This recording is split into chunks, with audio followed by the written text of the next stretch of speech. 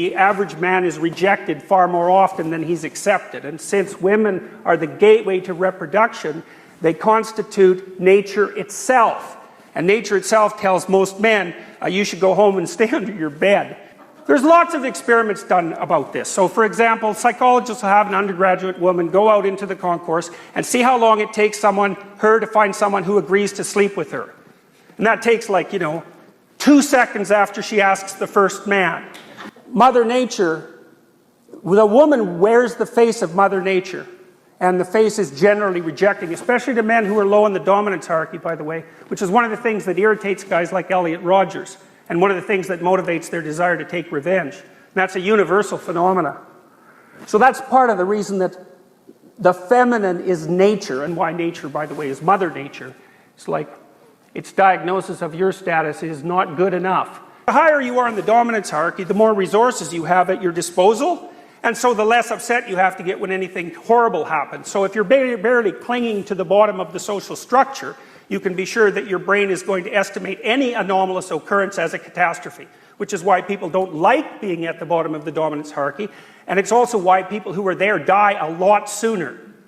And they die a lot sooner regardless of their absolute level of wealth. It's relative deprivation that counts. One of the things that your brain is very concerned with is relative status. That's wired in, by the way, which is partly why relative poverty is often such a social problem. People hate being low in status, especially men. Well, the male status hierarchy is a bit different than women, and women are pretty sensitive to status too, but they use different markers. Anyways, part of what happens when your status goes up is that your brain serotonin levels go up, and when your brain serotonin levels go up, you're less irritable and you experience less negative emotion per unit of uncertainty or threat. And so when you demean someone and you interfere with and you lower their presumed status as far as a very primordial circuit is concerned, you alter the system that regulates their emotions, and they hate that. People hate that more than anything, and it's an unbelievably archaic circuit.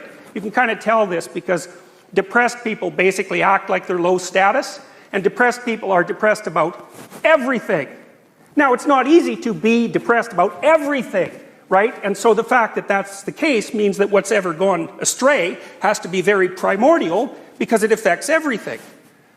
Anyways, people often use antidepressants to cure depression, hence their name.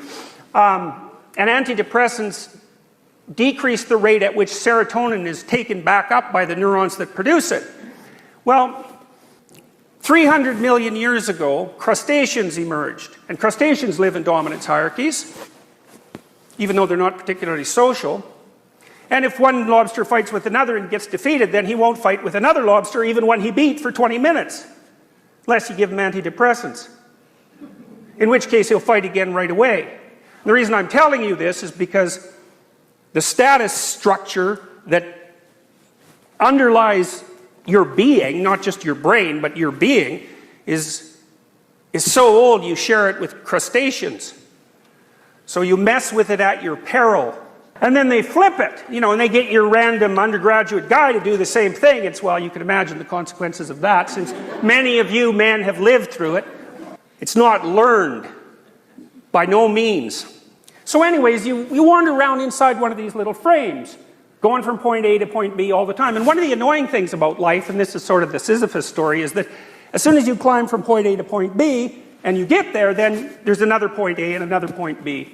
And that's kind of interesting too, because one of the things it suggests is that getting somewhere isn't really what people want, because as soon as you get somewhere, then you're done going there, and then you have to get somewhere else. So in some sense, it seems it's an accomplishment. In another sense, it's just the next rock up the mountain. Now, you all know this because, you graduated from university and that was a good day, but the next day, you weren't a university student, you were some unemployed loser.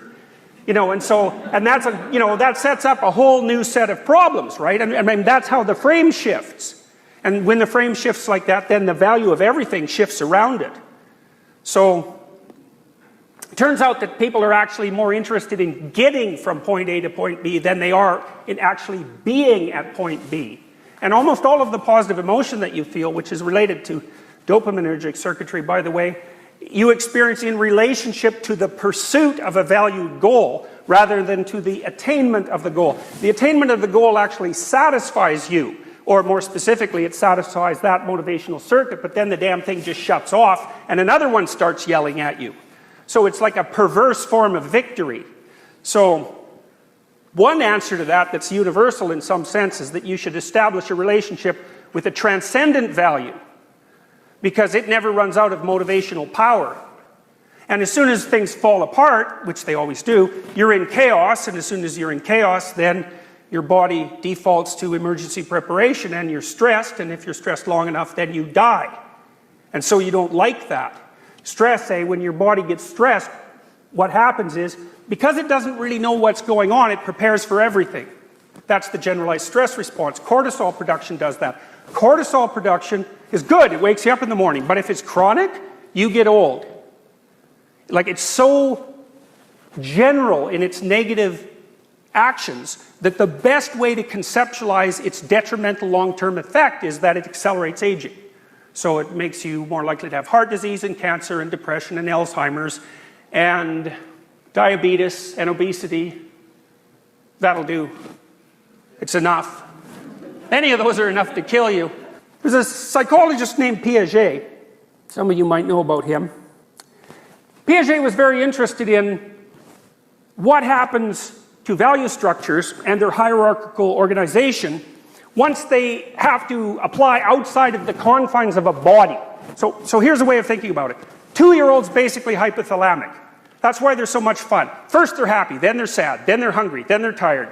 You know, they just zip from one pretty straightforward and rather awe-inspiring motivational state to another. But at 2, they can't play. They can play by themselves, but they can't play with other children. They can't get that until they're 3. And they need to get it by the time they're 3, because if they don't get it by the time they're 4, they will never get it. And then you have an antisocial kid who's going to be an outsider for his entire life, and there isn't anything you can do about it. So that has to happen between 2 and 4. So what happens at about age 3 is that the kid learns how to play a game with another person. And what that game is fundamentally the development of the ability to share a frame of reference, which is what you're doing when you play Monopoly. It's like, it's stupid to play Monopoly, obviously. Who cares if you have a whole pile of counterfeit paper, right? But it doesn't matter, because the way you're constituted is that your brain will treat anything you act like constitutes a valuable goal as if it's a valid framework of reference. And if it couldn't do that, A, you couldn't abstract, and B, you could not get along with other people. So you can sit around the table and you can say, let's pretend that Monopoly is a reasonable facsimile of reality, which you wouldn't say, but it's what you mean. And everybody says, yes, that would be amusing. And so then you set your goal, which is to get all the little hotels and all the money, and poof, your emotions go along for the ride. And what's so interesting about that is you can get everybody into the game. And so one of the things that's really interesting about people is that we can establish a shared fictional frame of reference, and it organizes all our emotions so they're predictable. That's also why we can watch movies. You go to a movie, you identify the hero, you figure out what the hero wants, poof, you're the hero. And the way that works is, you don't look at the hero and think about what he's doing and evaluate it emotionally and then feel it. What you do is you specify the hero's goal, and then you map him onto your body, and you read off the emotional responses of your own body, and that's how you understand the hero. So it's embodied, you're using your embodiment as a computational device that can run simulations of other consciousnesses.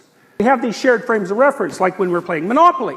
Okay, so children at 3 learn how to play games, and that means they learn how to organize their own internal motivational states into a hierarchy that includes the motivational states of other people.